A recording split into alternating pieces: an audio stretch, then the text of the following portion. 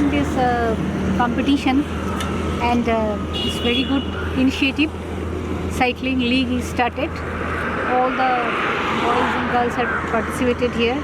They are very much enthusiastic, and I think they will do much better for cycling in future.